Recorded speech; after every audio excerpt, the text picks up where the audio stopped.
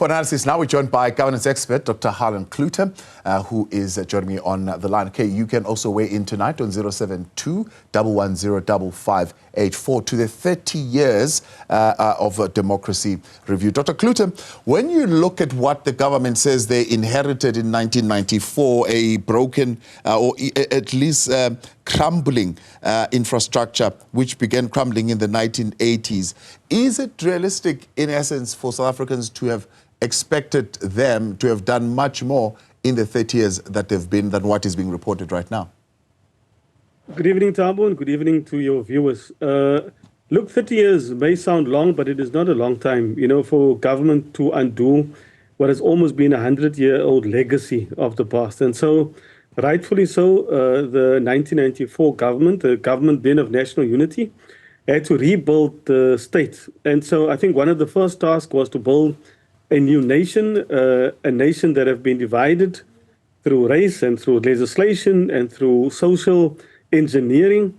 And so the task that the government had in 1994 was an uphill battle. So what the report does very well is to set out the 30 years in the 3 decades, and then spelling out to South Africans what have been the achievements and what have been the challenges over the last 3 decades. So when we look at that first decade, building a unitary state and establishing democratic institutions, we know, for example, we are having conversations today of how our democratic institutions could have been hollowed out, SARS, the NPA, and so on and so forth. You are beginning to hear debates around a unitary state and cessation and all sorts. Is that setting us back?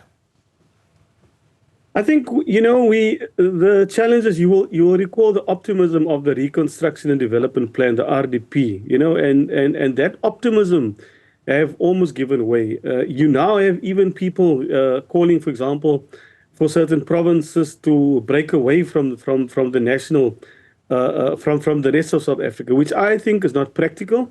I think we have not succeeded in building this unitary state. I think there are still some South Africans in parts of South Africa who do not quite feel, and the 30-year review also talks about that in terms of a national identity, and we haven't quite managed to get that right. And so I think it's an honest reflection of the building process that we are. There is so much more work to be done through all levels of society to make sure that we build this unitary state.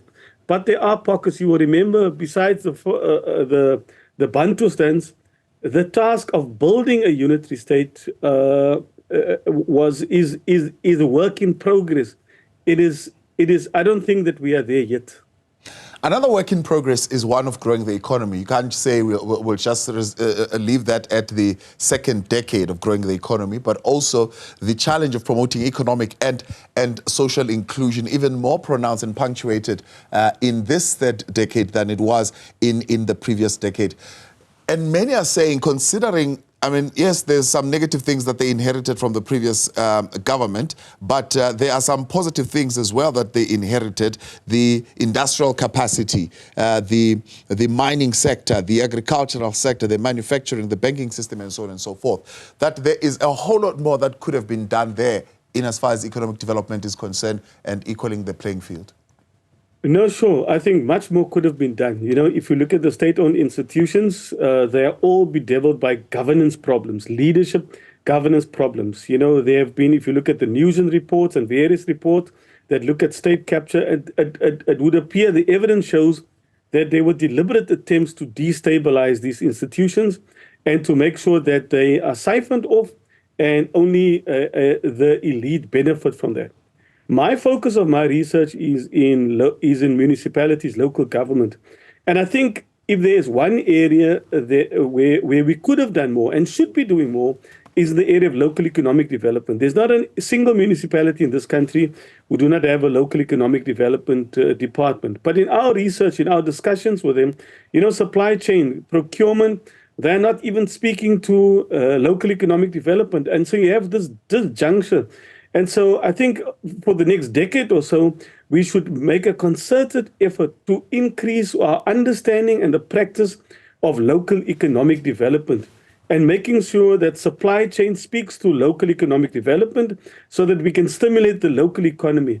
Because we can speak about the macro issues, but local government is a sphere where we can make a difference, where we can encourage people to do business with the state and to use procurement strategies to unbundle bigger contracts and to make sure that the economy works for everybody. We cannot have an economy that is elitist and that only serves a minority.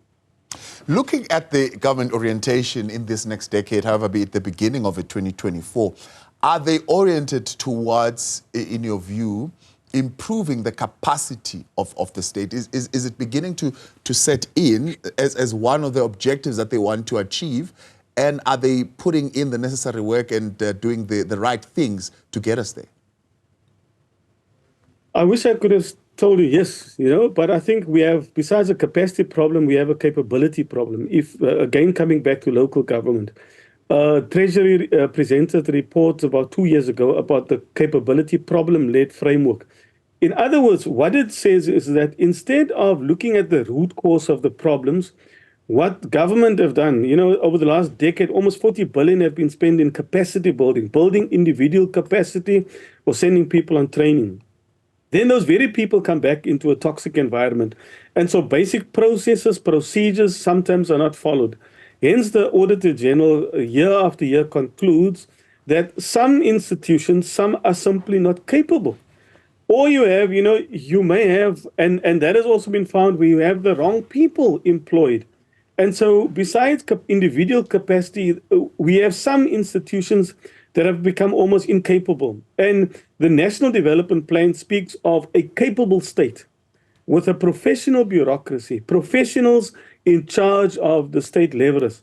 So we need to make sure over the next decade or so that we increase capabilities in municipality and make sure that those that employed in government are professionals, can do the work that they are employed to do. And so that we fight this idea that working for government or working for the state is a soft trip. I think working for government is such a noble profession.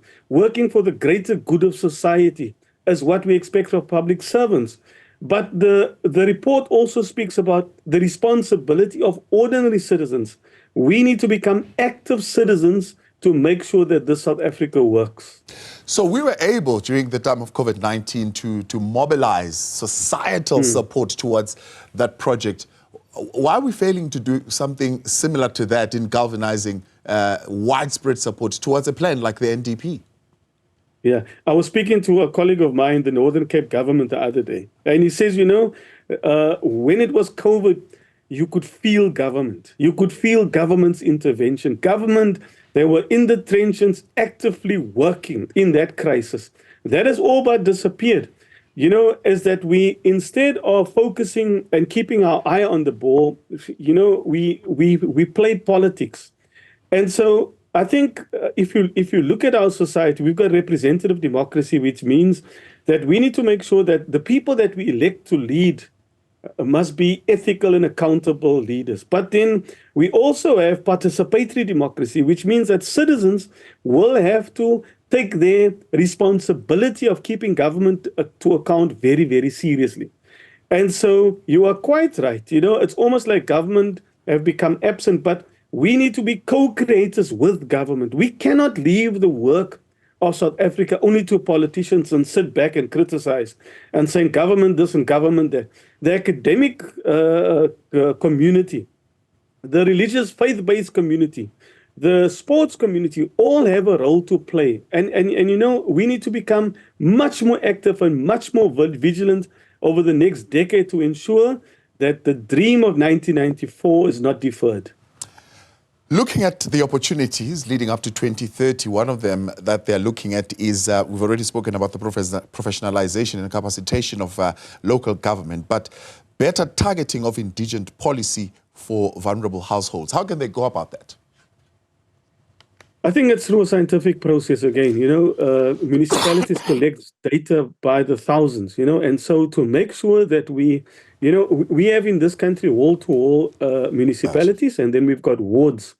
And so the basic is to start in the wards to make sure that we've got credible data that feeds into our integrated development plans so that we can plan and coordinate better. You know, in the past 30 years, we have not really coordinated very effectively. And so our intergovernmental relations framework is there, but we also now have the district development model. And you know, and the district development model is government's latest attempt to make sure that we align our efforts, that we do not work in silos, that we do not work fragmented, but that, you know, one plan for a district to make sure that we develop all. And so it will come with greater collaboration. I think it's going to be challenging, specifically within local government. We are entering new areas now in terms of coalition government. We expect in 2026 to have an increase in coalition governments, but it will require greater alignment. It could lead to chaos, for example, if you've got different national, if you've got a national government and you've got different fragmented provincial governments, like we've seen, for example, in the Western Cape, where the DA-led government are often at loggerheads with the ANC and vice versa.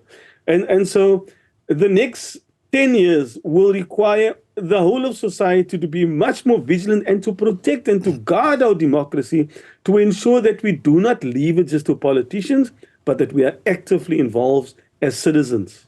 Dr. Harlan Cloete, appreciate your time. Governance experts there joining us in analysis of the 30-year review report of our democracy. Now,